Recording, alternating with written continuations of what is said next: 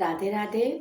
आप लोग कैसे हैं? आशा करते हैं कि आप लोग हमेशा स्वस्थ होंगे, मस्त होंगे, अपने अच्छे-अच्छे काम में बिल्कुल व्यस्त होंगे। तो मैं हूँ आपकी रंजना और स्वागत करती हूँ वैष्णवी विदेशी सांग चैनल में। आप लोग कैसे हैं ये बताने के लिए आप लोग कमेंट बॉक्स में राधे राधे ज़रूर लिखना।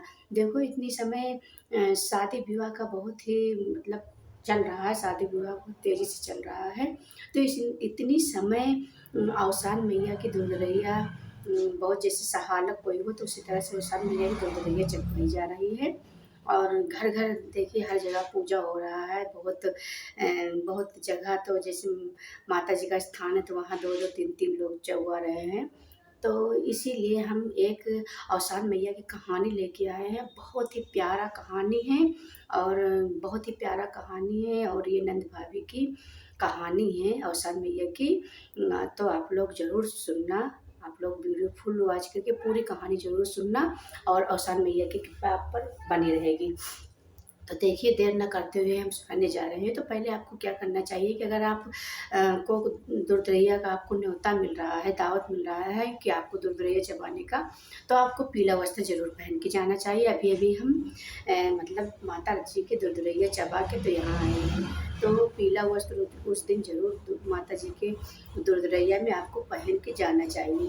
बाल एक दिन पहले धुल लेना चाहिए, पीला वस्त्र ज़रूर पहन के मतलब जाना चाहिए। चलिए देर न करते हुए सुनाने जा रहे हैं। तो देखिए एक नंद भाभी थी। एक नंद भाभी थी तो जब जैसे भाभी को दुर्दैया का न्योता मिलता, औसान मैया की जब दुर्दैया चबाने का न्योता मिलता, तो नंद क्या करती कि कहती कि भाभी आप ना जाओ हम चले जाएँ। तो भाभी बहुत गुस्सा होती थी। कहती थी कि आपको नहीं जाना चाहिए और हमको जाना चाहिए क्योंकि हम शादीशुदा हैं और तुम शादीशुदा नहीं हो। तो वो नंद कहती कि हम ज़रूर जाएँगे।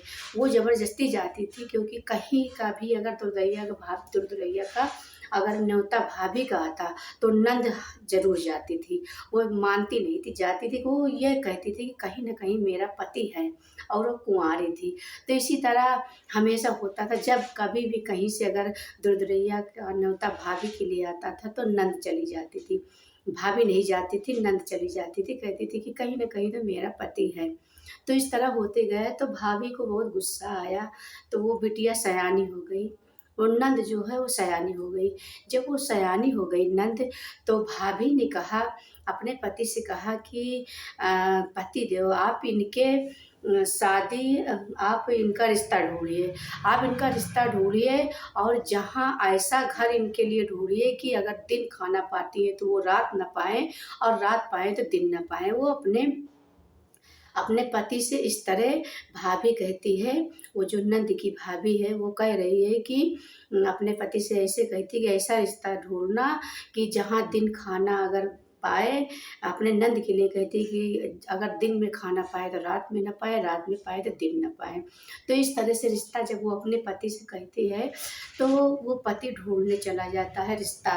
रिश्ता ढूँढते-ढूँढते कहीं ऐसा वर मिलता ही नहीं है कि जहाँ पे दिन खाना मिले तो रात ना मिले, रात ना मिले तो ढूँढते वो बेचारे दूर देश में चले गए, दूर देश में चले गए तो वहाँ एक गाँव के बगल एक झोपड़ी थी।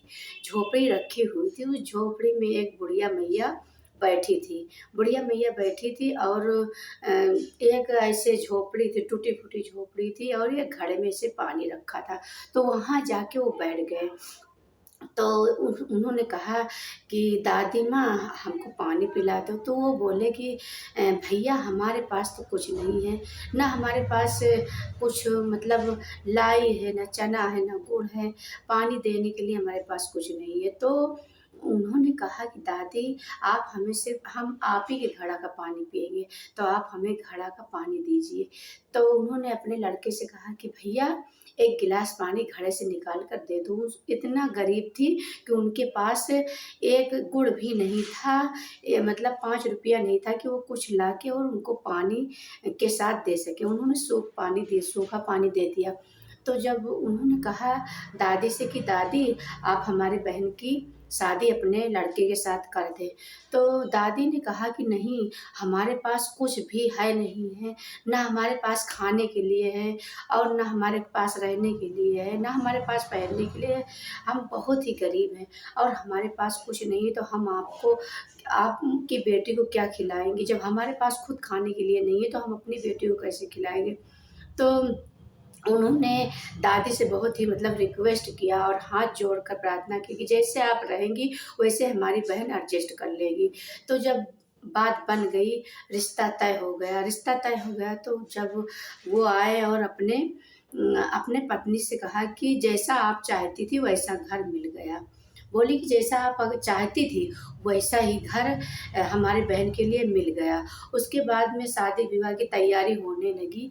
जब 1 हफ्ता शादी के लिए बचा, 1 हफ्ता जब शादी के लिए बच गया, तो वो मतलब कहने लगे अपने बहन के लिए, वो पति जो था वो कहने लगा अपने बहन के लिए अपने पत्नी से कि देखो हमारी बहन के लिए सब व्यवस्था करना है, हमको जेवर बनवाना है, हमको कपड़े लाना है, हमको मतलब गहने खरीदने हैं। तो वो पत्नी कहती अपने पति से कि आप बाहर का सँभाल लीजिएगा और हम पूरा व्यवस्था करे हैं। हम कपड़ा भी खरीदे हैं और हम गहने भी खरीदे, सब कुछ हम खरीदे हैं। आप सिर्फ़ बाहर-बाहर का देखिएगा, हम सब कुछ सारी व्यवस्था किए हैं। जब भी वो पति कहता कि हमारी बहन के लिए हमको ये सामान खरीदना है, वो खरीदना है, हमको बक्सा खरीदना है, हमको तब भी वो पत्नी बोलती कि सारा व्यवस्था हम करे हैं, सिर्फ़ आप बाराती को सँभाल लेना। अब दिन दिन बीतता गया, बारात भी आ गई। तो एक दिन पहले वो पत्नी क्या करती है कि वो जंगल चली जाती है। जंगल जाने के बाद उन्होंने क्या किया कि जो अ, सनई होती है, सनई तोड़ ली और केला का पत्ता।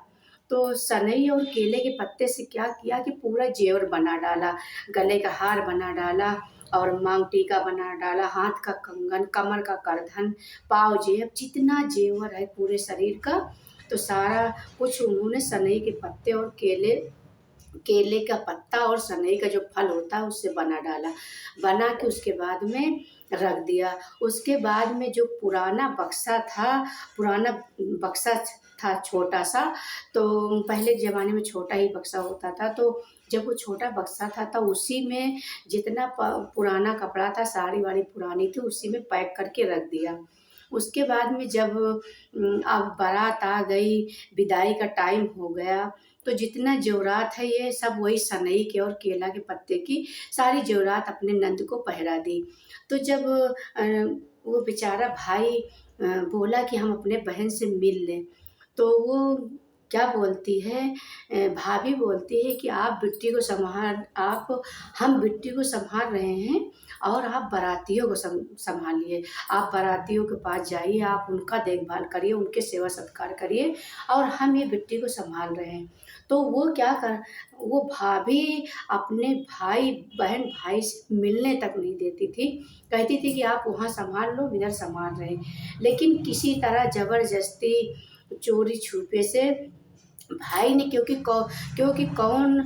इतना कौन-सा भाई कसाई हो जाएगा कि वो अपने बहन से विदाई के टाइम जो विदाई होती है, शादी के बाद विदाई होती है, ऐसी विदाई भावुक होती है कि दुश्मन भी हो तो वो भी रोने लगता है। तो वो भाई किसी तरह अपने बहन के गले मिला, उसके बाद में बहन भी रोई बहुत और भाई भी रोया।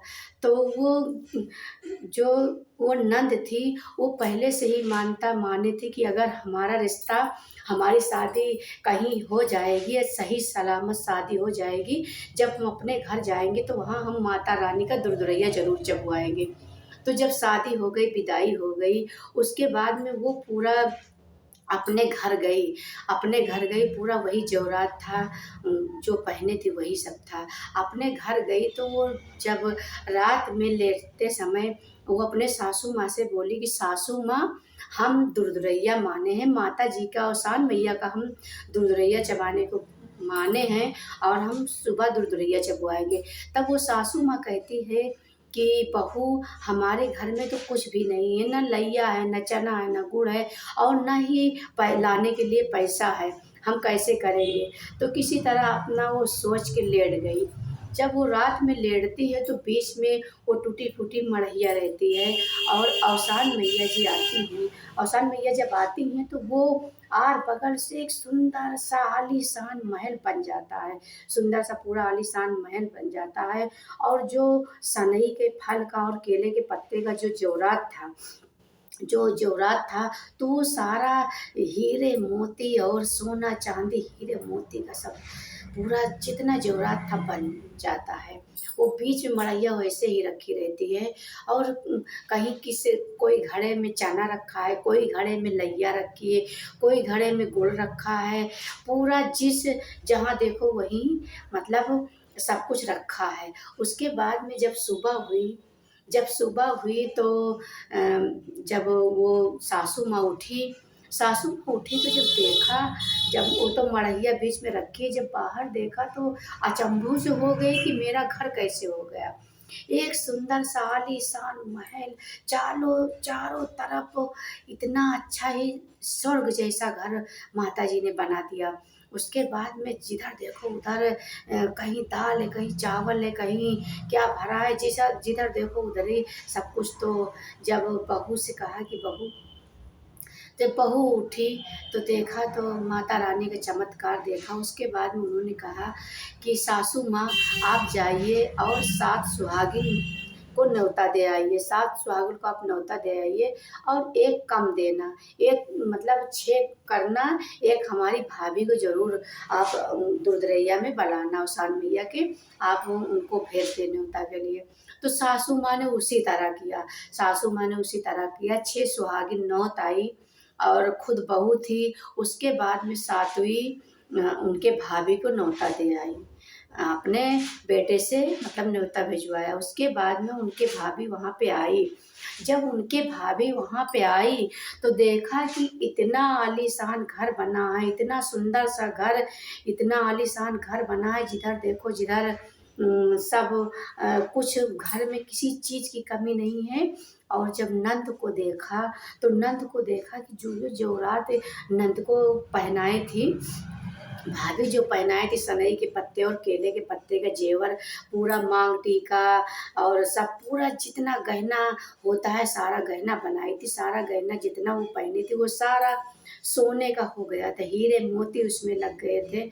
और तब भाभी ने देखा तो भाभी उधर दुर्दैया तो चबा रही है, लेकिन उनके मन में क्या चल रहा है कि हमारे पति ने हमारे साथ छल किया है, हमारे पति ने हमारे साथ छल कपट किया है। और वो इतना बड़े घर में, इतना आलीशान घर में अपने बहन की शादी किए हैं, हमसे छल कपट कर करके जेवर बनाए हैं, हमसे छल कपट करके और हमसे कुछ बताए नहीं, हमारे चोरी से पैसे इकट्ठा कर करके अपने बहन के लिए जेवर बनाए हैं और इतना आलीशान घर में शादी की है। वो अपने मन में वो अंदर अंदर घुट रही है कि हमने क्या कहा और हमारे पति ने क्या किया। और अब उनको नहीं पता था कि माता औसान मैया का ये चमत्कार है, औसान मैया ने चमत्कार किया है। बस उनके मन में छल रहा, वो जैसे अंदर से उनके मन में छल था उसी तरह से वो अपने पति को सोच रही थी। जैसे तैसे वो किसी तरह औसान मैया की दुर्दैया चबाई। उसके बाद में प्रसाद लेके वो अपने घर गई। जब अपने घर गई तो वो अपने पति से बहुत प्रकार से प्रताड़ित किया, बहुत प्रकार से लड़ाई झगड़े मचाने लगी। तो पति जी ने कहा कि सुनो, वो अपने पत्नी से कहती है कि हम जैसा आप बोले हैं वैसा ही घर से हम रिश्ता अपने बहन का किए हैं। जैसा आप बोले हैं कि दिन खाना मिले तो रात में न मिले और रात मिले तो दिन न मिले, तो इसी तरह से हम अपनी बहन का रिश्ता किए हैं। तो फिर उस भाभी को समझ आ गया कि ये औसान मैया का चमत्कार है। तो उन्होंने औसान मैया से माफ़ी मांगी और कहा, इस तरह से उन्होंने माफ़ी मांग के कहा, जैसे आप माता रानी औसान मैया जैसे इस बेटी को पूरा किया है, इस बेटी का घर बार सब कुछ जेवरात सब कुछ पूरा किया, इसी तरह माता रानी औसान मैया आप सबका पूरा करना। तो ये है औसान मैया की बिल्कुल एक नई कहानी। तो आप लोग इस कहानी को नहीं सुनना, फुल वॉच करके सुनना। अगर ये कहानी अच्छी लगती तो आप लोग एक दूसरे को ये कहानी शेयर करना और कमेंट करना। कमेंट में आप लोग जय माता दी, राधे राधे ज़रूर लिखना। जो लोग हमारे चैनल पे नए हैं, चैनल को ज़रूर सब्सक्राइब कर ले, बेल आइकन को ज़रूर प्रेस कर दे, जिससे वीडियो की नोटिफिकेशन आप सबके पास सबसे पहले पहुँचे। फिर मिलते किसी अच्छी वीडियो के साथ, तब तक के लिए राधे राधे। जय शान माता, जय शान।